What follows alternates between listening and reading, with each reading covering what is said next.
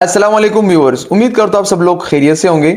आज की जो हमारी वीडियो है वो इंटरपोल जो एक इंटरनेशनल ऑर्गेनाइजेशन है उसके हवाले से होगी। जिस तरह आप सब लोगों ने न्यूज़ में सुना होगा कि फला बंदे को इंटरपोल के जरिए गिरफ्तार कर लिया गया या फला बंदे को गिरफ्तार करने के लिए इंटरपोल से हुकूमत ने राब्ता कर लिया। इस तरह एक दो दिन पहले न्यूज़ में आप सब लोगों ने सुना होगा कि जो पीटीआई के जो फॉर्मर मिनिस्टर है जुल्फी बुखारी, इसको गिरफ्तार करने के लिए इंटरपोल से हुकूमत ने राब्ता कर लिया कि क्या इसको हम गिरफ्तार कर लेंगे इंटरपोल के जरिए। तो ये बहुत खुशी की बात है क्योंकि हमारा जो कानून का निज़ाम है, जो इंसाफ का निज़ाम है, वो क्या है, वो जाग उठा है और उसको पता चल गया क्या है कि हम भी एक इंटरपोल के एक मेंबर स्टेट है और अपने मुजरिमों को क्या दूसरे ममालिक से क्या गिरफ्तार कर सकते हैं। लेकिन बदकिस्मती से पाकिस्तान इससे पहले इससे गाफिल था कि हम भी क्या है इंटरपोल के एक मेंबर स्टेट है। जिस वक्त नवाज शरीफ क्या एक अदालती मफरूर शख्स क्या मुख्तलिफ ममालिक में 4 साल तक घूमता रहा और पाकिस्तान ने इसको इंटरपोल के जरिए गिरफ्तार करने की कोशिश भी नहीं की। और इस तरह इस हकदार को अगर आप देख ले, उसने अरबों करोड़ों रुपए किया मुल्क से लूट कर दूसरे ममालिक में ले गया और वहां पर क्या है, वहां पर 2-3 साल तक बैठा रहा। लेकिन पाकिस्तान को उस वक्त इंटरपोल याद नहीं आया। लेकिन अब भी खुशी की बात है कि पाकिस्तान को भी याद आ गया कि हम भी एक इंटरपोल के मेंबर स्टेट है और क्या अपने मुजरिमों को दूसरे ममालिक से क्या इंटरपोल के जरिए अरेस्ट कर सकते हैं, उसको वापस लेके आ सकते हैं। इसके बहाने हमारे जो मुल्क के अवाम है उसको भी पता चल जाएगा कि क्या है हम भी इंटरपोल के मेंबर स्टेट है और हमारी हुकूमत इस तरह कर सकती है। और उसके बहाने हम भी क्या इंटरपोल के बारे में पढ़ लेंगे कि क्या है इंटरपोल क्या है और ये किस तरह काम करते हैं।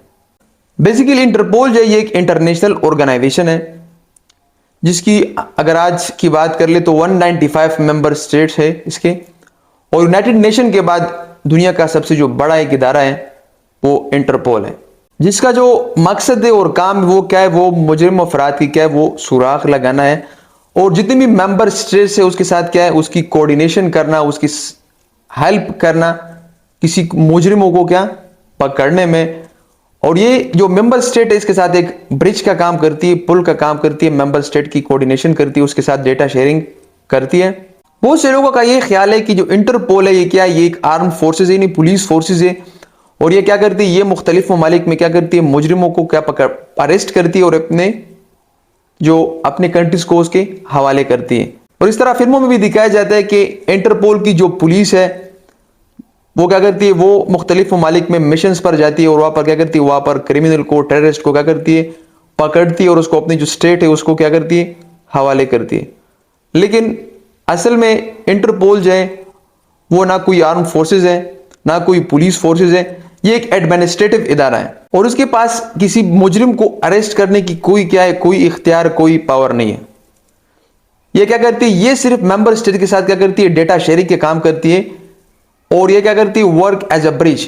जिस तरह मैंने पहले आपको बताया कि क्या करती है, ये एक ब्रिज की तरह काम करती है, पुल की तरह काम करती है जितने भी मेंबर स्टेट्स है और उसको क्राइम्स को रोकने की और क्रिमिनल्स को पकड़ने में क्या करती है मदद करती है। तो इंटरपोल जो है किस तरह काम करता है और उसके क्या क्या फंक्शंस है ये हम इस वीडियो में पढ़ेंगे। लेकिन इससे पहले हम इसकी जरा हिस्ट्री की बात करें कि इंटरपोल का जो इदारा है ये कब बना और किस तरह बना। जिस तरह आज कल चल रहा है कि क्या कि अगर कोई मुजरिम क्या करे, क्राइम करे तो वो अपने मुल्क को छोड़कर दूसरे मुल्क में भाग जाता है। तो according to the international law इस तरह कि एक पुलिस जो है एक कंट्री की पुलिस या एक स्टेट की पुलिस दूसरे स्टेट में क्या इंटरफेरेंस नहीं कर सकती और वहां पर क्या अपने मुजरिम को नहीं पकड़ सकती। तो इस तरह पहले से भी ये चला आ रहा है कि जब एक क्रिमिनल क्राइम करता था तो वो दूसरे ममालिक में चला जाता था। तो इस चीज को सेटल करने के लिए, हैंडल करने के लिए क्या 1914 में 14 कंट्रीज की एक मीटिंग हुई मोनाको में कि एक ऐसा इदारा कायम होना चाहिए कि क्या करें वो इस तरह क्राइम्स को रोके और जितने भी मेंबर स्टेट होते हैं या स्टेट्स होती है उसके करे उसकी कोऑर्डिनेशन करे, हेल्प करे मुजरिमों को पकड़ने के लिए और क्राइम्स को रोकने के लिए। इसमें मुख्तलिफ कंट्रीज के मैजिस्ट्रेट, कानूनदान और पुलिस ऑफिसर शामिल थे और ये जो मीटिंग था ये एक सक्सेसफुल मीटिंग रहा कि क्या करें हम एक इदारा बनाएंगे। लेकिन चूंकि 1914 के बाद इस तरह हुआ कि वर्ल्ड वॉर 1 स्टार्ट हुआ तो इसकी जो ऑर्गेनाइजेशंस मेकिंग प्रोसेस में डिले हो गया और 1923 को एक ऑर्गेनाइजेशन बना जिसका नाम था इंटरनेशनल क्रिमिनल पुलिस कांग्रेस। ये 1923 में एक इदारा बना जिसकी फर्स्ट में मेंबर स्टेट 20 थी और इसका काम यही था coordination between the member state.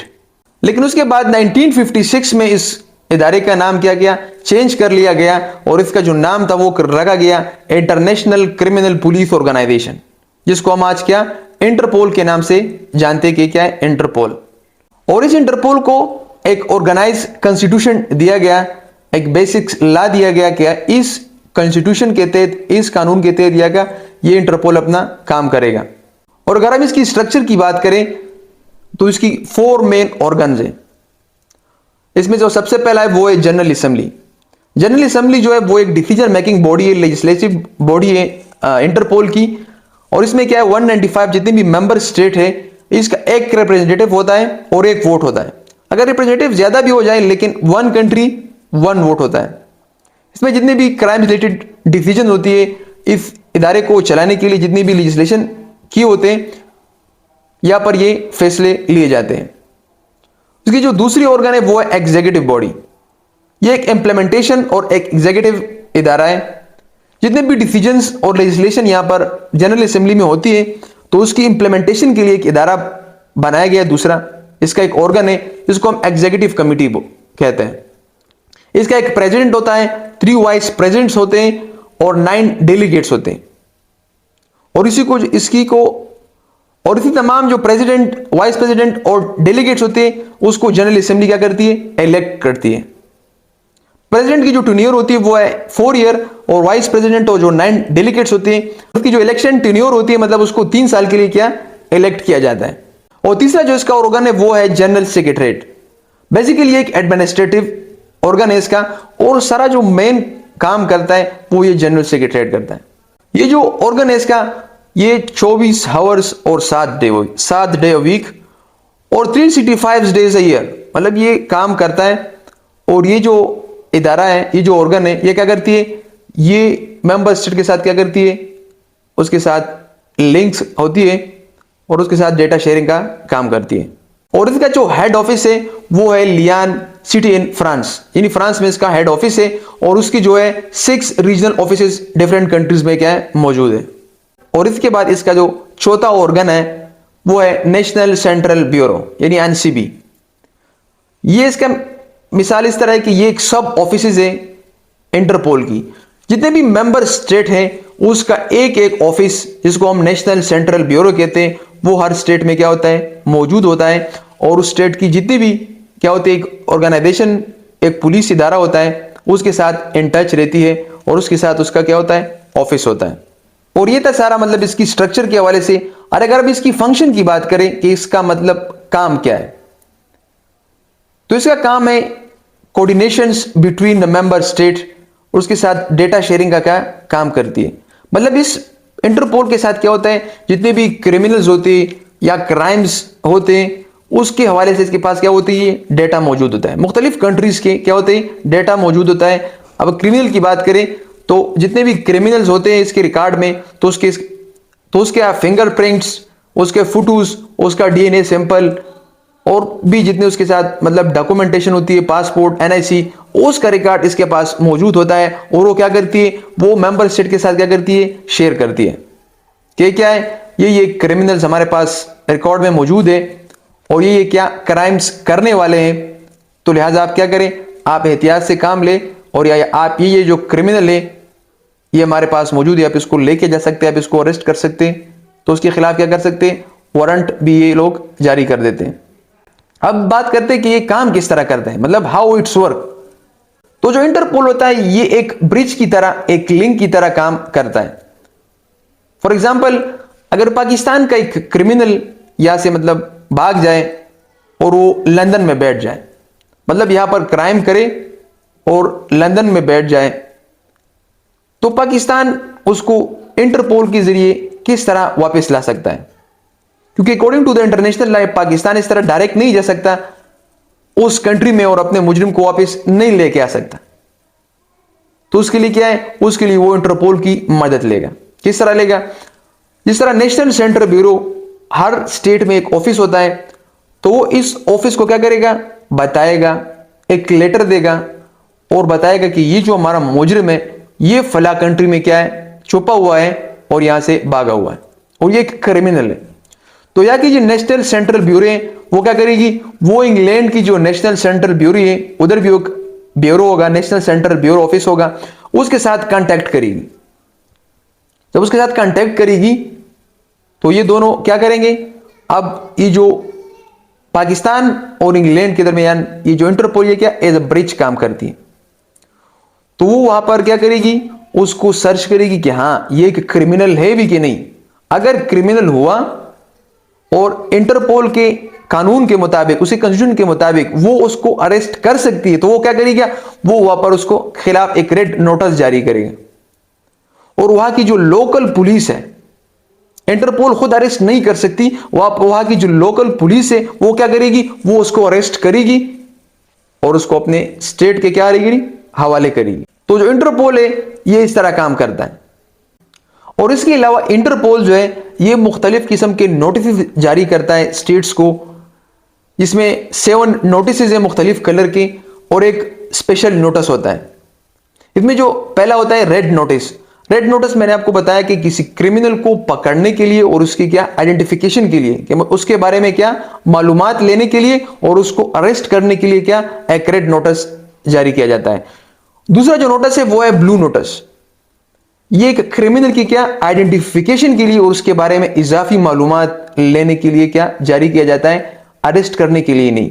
मतलब सिर्फ क्रिमिनल के बारे में क्या, एक मुजरिम के बारे में क्या इजाफी मालूमात लेने के लिए एक नोटिस जारी किया जाता है। और उसके बाद जो थर्ड नोटिस होता है वो एक ग्रीन नोटिस। ये एक अलार्मिंग नोटिस होता है स्टेट के लिए, उसको खबरदार करने के लिए कि क्या है, ये एक क्रिमिनल है और ये क्राइम आपकी स्टेट में कर सकता है, लिहाजा आप क्या करें, आप एहतियात से काम लें और प्रिकॉशनरी जो मैयर है वो आप क्या करें, उठा लें।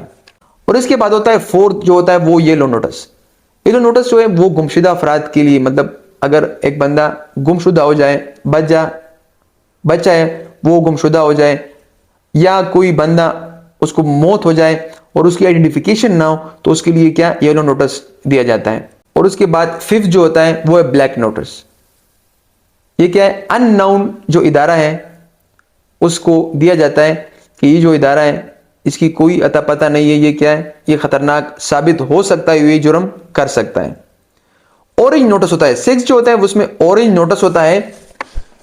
ये किसी भी पुलिस या सरकारी इदारे को थ्रेट्स जब हो या आलमी इदारा हो उसको थ्रेट हो तो ये नोटिस क्या इंटरपोल जारी करती है। और उसके बाद 7 नंबर का जो नोटिस है वो है पर्पल नोटिस।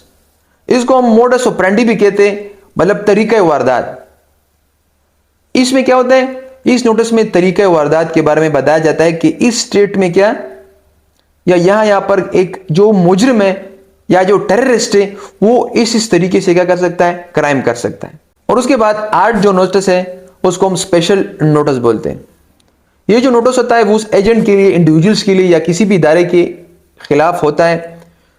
जो इदारा या इंडिविजुअल किसको चाहिए, यूनाइटेड नेशन सिक्योरिटी जो काउंसिल है उसको चाहिए, उसको मतलूब हो तो उसके खिलाफ जो स्पेशल नोटिस होता है वो जारी किए जाते हैं। तो ये सारे जो 8 नोटिस होते हैं ये इंटरपोल जारी करती है अलार्मिंग सिचुएशन के लिए, किसी को खतरे से बचाने के लिए या किसी को अरेस्ट करने के लिए सारे नोटिस जारी करती है इंटरपोल। तो ये था इंटरपोल के हवाले से मुकम्मल लेक्चर। मजीद इस तरह इंफॉर्मेटिव वीडियो के लिए हमारे channel the legal studies hub को जरूर सब्सक्राइब करें और अपना बहुत सारा ख्याल रखिए। वस्सलाम, अल्लाह हाफिज।